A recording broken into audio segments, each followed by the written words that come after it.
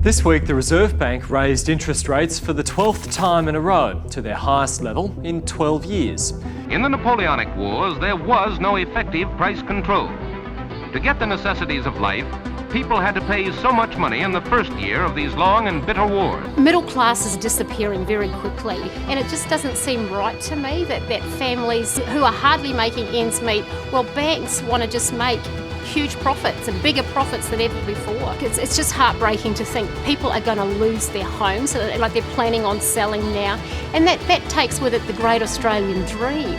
It takes the hope for the future. It takes the security that a family knows and knowing that they have their own home, and that just makes me incredibly sad. There can be but one answer. The fight against inflation must go on.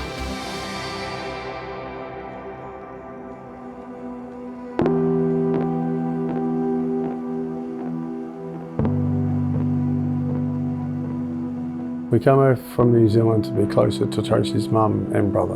Blessed enough to actually stay with mum for a while until we got into our first house.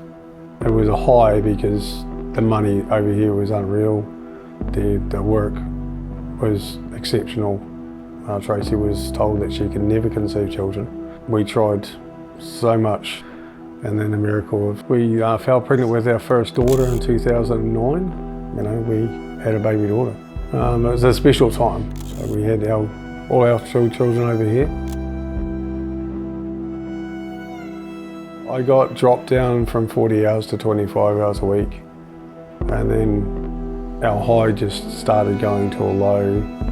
We got way behind in it because I had a major accident that caused me to take 4 months off work, and I was only getting paid work compo, and we fell short of the rent, so that started the ball rolling of credit being kicked out, breached every month. So we had to try and catch up on the breaches, and then finally everything just fell apart and we lost our house. So the day of the eviction, I was frustrated, I was angry. Why was this happening to us? Why, after 10 years of living in a house? I explained, is there anything we can do? Can we go back and change it? And the real estate says, no, what's done's done. She stood there while I took as much as I can out. So we had nowhere to go. Yeah, Tracy was crying, I was upset. I couldn't even get out of the driveway properly without just looking back at the house and looking at what we were and what we are now. It was a big gap. It was disappointing that I had let my family and my partner down and myself down. I feel our kids are both lost and confused because they don't know what's going to happen the next day. If we're going to be here, or if we're going to be there, or where we're going to sleep, or what we're going to eat, or where the next shower is going to come from, and it's getting to the stage where they closed up. They just didn't have any hope. That we are in so small and condensed that the kids are just pulling their hairstrings out. They need their own space, their own time away from each other, and having a house permanently would just bring my whole hope and gratification higher. We see in Mark's story the impact that losing hope actually can have on a family. He watched his children be taken away from their friends, from their security, from everything that they'd known in the past 12 years. And for a dad, that's absolutely really impacting. Mark is an example of thousands of Australian families that are going through this really challenging season. Losing his house, the way that it impacted him, I have been privileged to walk with him, so aware of his mental health situation as he can't provide the basic needs for his family, and the turmoil that he's gone through, the shame and all of those emotions that he's been impacted by has really brought him to a place of hopelessness.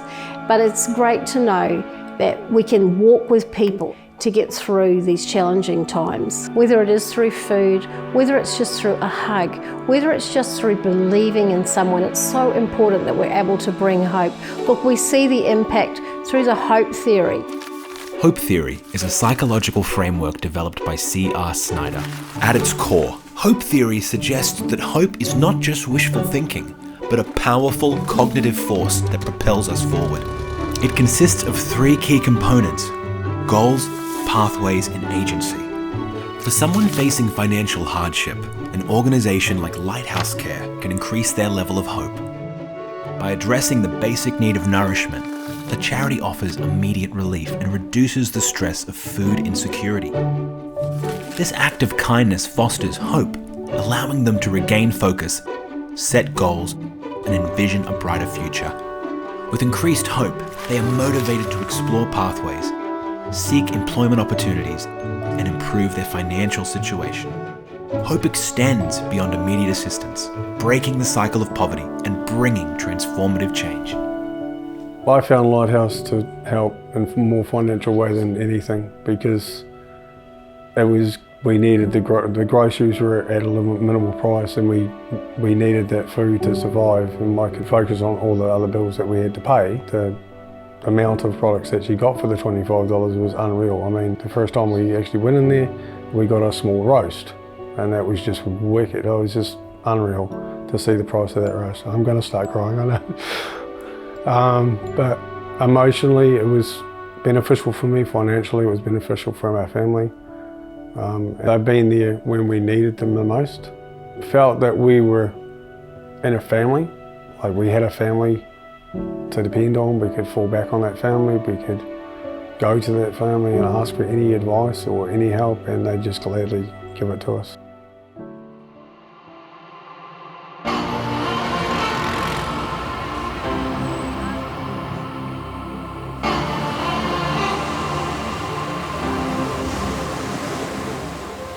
Through home delivery, we've been able to deliver to way more people than we ever could.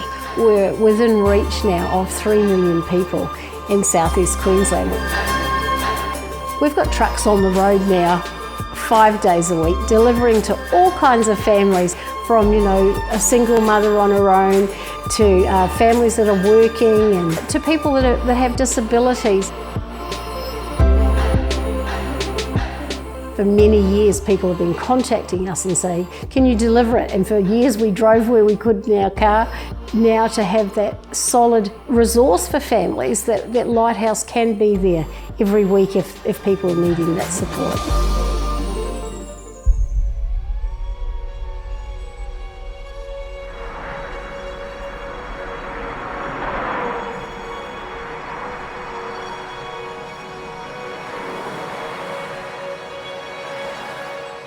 So my partner was working, we were on one income.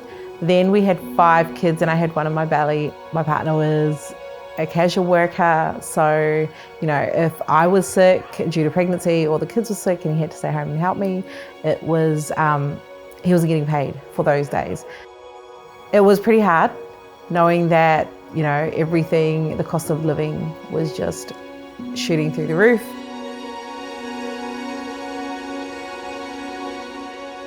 We went through a dark, very, very, very dark patch where hubby was away for a while.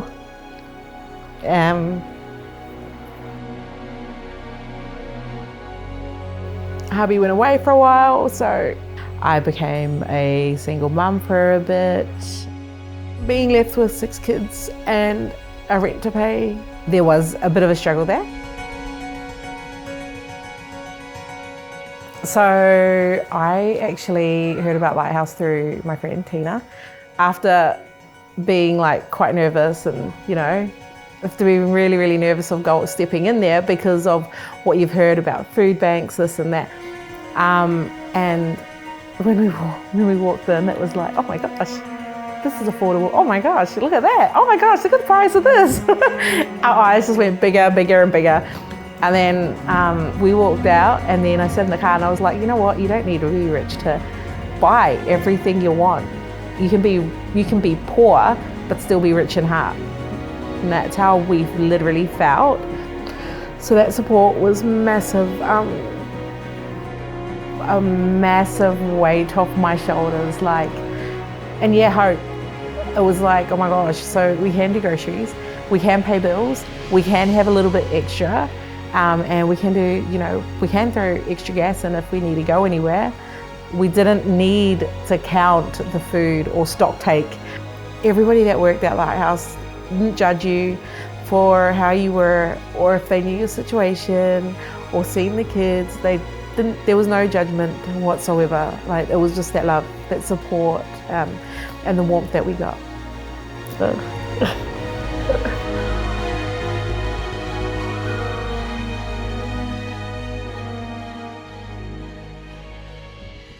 Living out in the Gold Coast and having Lighthouse now doing home delivery, my partner and I work, so being working parents and having 6 kids and 1 sedan, I can sit at work or on my lunch break and just order, or I can come home, sit in bed, order, do our groceries, and it'll come to our door.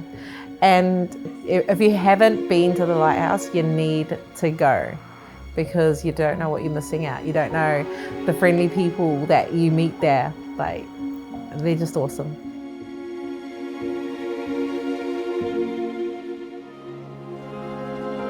We believe that a holistic approach must be taken to address the issues of poverty in our nation. This needs to happen through food, mentoring, housing, and employment. We can break cycles by building strong, connected communities. It's time to invest in our greatest asset, our people. At Lighthouse Care, we will continue to strive to be part of the solution. As a self-funded charity, we've been giving away so much free food. However, providing food alone is no longer going to cut it. People's needs far outweigh hunger and housing, as we see in Maslow's hierarchy of needs. We're still looking for people to partner with us to bring this tangible hope to families that are really in dark moments of time. And I ask you, is there something that you could do to really bring some authentic, genuine support? Lighthouse will continue, our staff and our team will continue pretty much busting our gut, trying to make a difference in our community for families that are doing it tough. We're very proud to say that we don't ever turn anyone away. There's always something for everybody. For the thousands of people that are coming through our doors, there's always hope, there's always food to make a difference for families.